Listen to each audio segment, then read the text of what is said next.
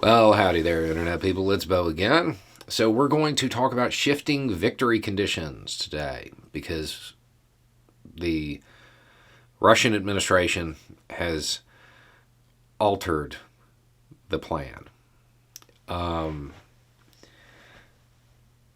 In Putin's original rambling speech, we talked about how he laid out a lot of different victory conditions. He left the door open to claim a lot of things as what he wanted.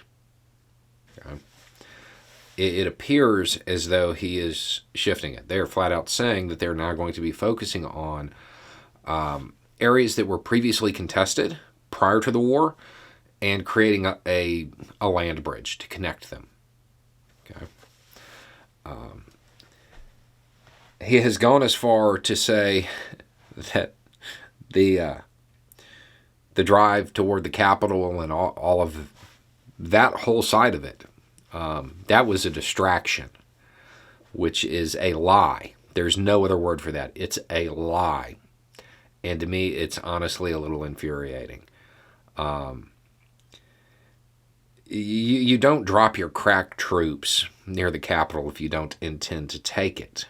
Aside from that, his distraction is where the bulk of the casualties were. Thousands lost in a distraction. He is just another authoritarian goon, the coward in the Kremlin, who cannot take responsibility for his failures.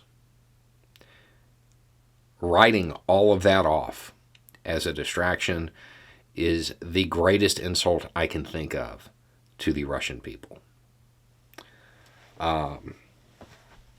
So, his new victory conditions, the not funny, but the irony being that had this actually been what he set out to do, he probably could have done that in 3 days.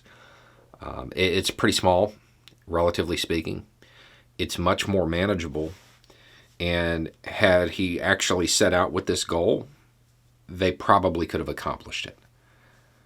However, where they're at now, talking about focusing on these areas, the real issue is that Ukraine may not allow it. Russia is still behaving as though they can do whatever they want, as they dictate terms. The reality is the Ukrainian military has learned. The success of the counteroffensives around the capital show that clearly. There is no guarantee that they can actually hold what they're saying they're after now. There's no guarantee of that at all. There's no guarantee that it'll be agreed to at a conference table. And Ukraine very well might force them out of those positions. Another problem that he has with this is that I think he's still being lied to by his generals. It doesn't really make sense given what we know.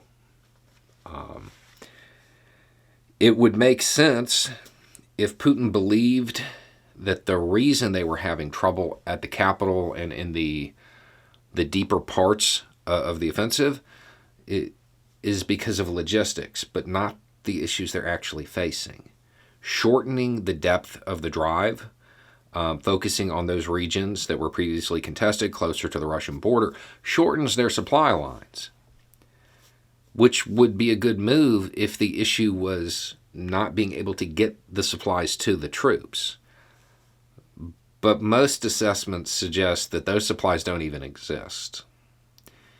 This may be a plan by his generals to try to prolong the inevitable and have to tell him that, hey, we sold a lot of that stuff on eBay. We don't have it anymore.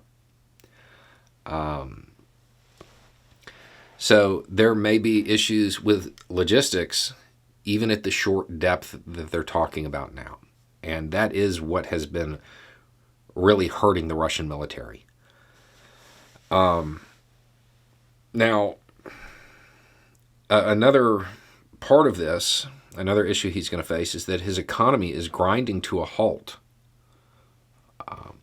which makes it hard to maintain any offensive. So again, we're back to Ukraine doesn't have to win the battles. They just have to fight. Same situation, because the sanctions are taking their toll. The longer it goes on, the worse it's going to get. And then the real issue for Putin, even if he is able to accomplish it, even if Ukraine agrees to it at the negotiation table, they don't force him out. It works out the logistics, all of that. Even if he wins, he lost. He lost. The war is lost. The war was lost days after it started.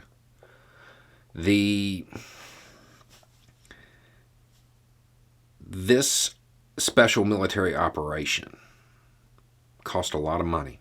It cost a lot of lives. It displayed the Russian military's weaknesses to the world. It exposed huge gaps in their technology and their ability to fight a conventional conflict, their command and control, their communications. It showed their logistical breaks. If they were to go up against a more prepared military, these errors, they would be critical. They would be exploited immediately, especially now that people know they exist. And then in the process of this, Putin has lost a lot of technology. It has fallen into Ukrainian hands, who then turned it over to the West to be examined, and countermeasures will be developed. There is no winning this for Putin anymore. Russia doesn't win. It doesn't matter what happens anymore. There is no way for them to walk away with this with an actual victory. What he's looking for at this point is something he can tell the people at home, this is what we accomplished. The problem is he might still be biting off more than he can chew. They may not be able to accomplish this. In which case he's going to have to downgrade his victory conditions again. A much smarter move would have been to say, oh, we went in to take out these leaders within this subgroup, and we did it. Now we're leaving. That would have been a smarter move, because this still leaves a lot of stuff up in the air. Now, that's all from Putin's side. From the Ukrainian side, I wouldn't hold any parades yet, because there is still a possibility that this part is a strategic pause in hopes of regrouping and then pushing forward more slowly in a more deliberate manner. I don't think that it would actually matter, really, if the Ukrainian troops were capable of applying the skills that they have obviously learned and have demonstrated that they have learned around the capital.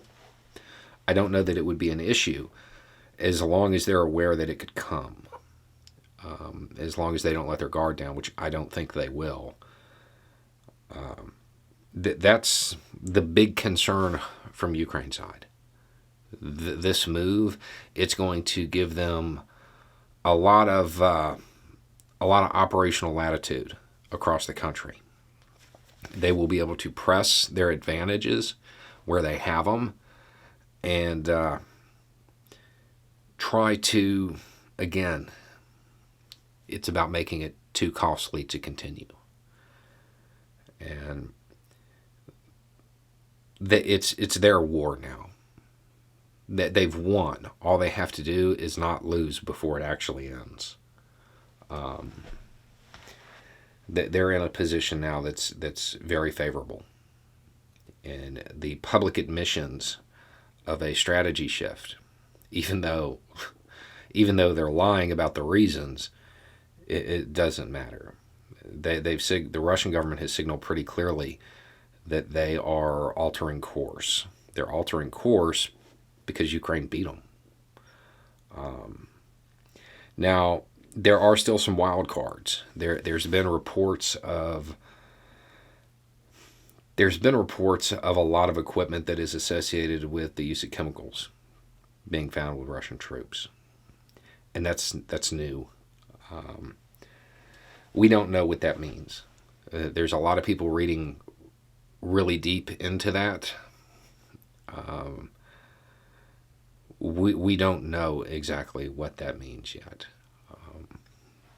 So we'll just have to wait and find out, as horrible as that is. That's the overall picture after the shift in strategy and the development of the last 24 hours or so. Anyway, it's just a thought. Y'all have a good day.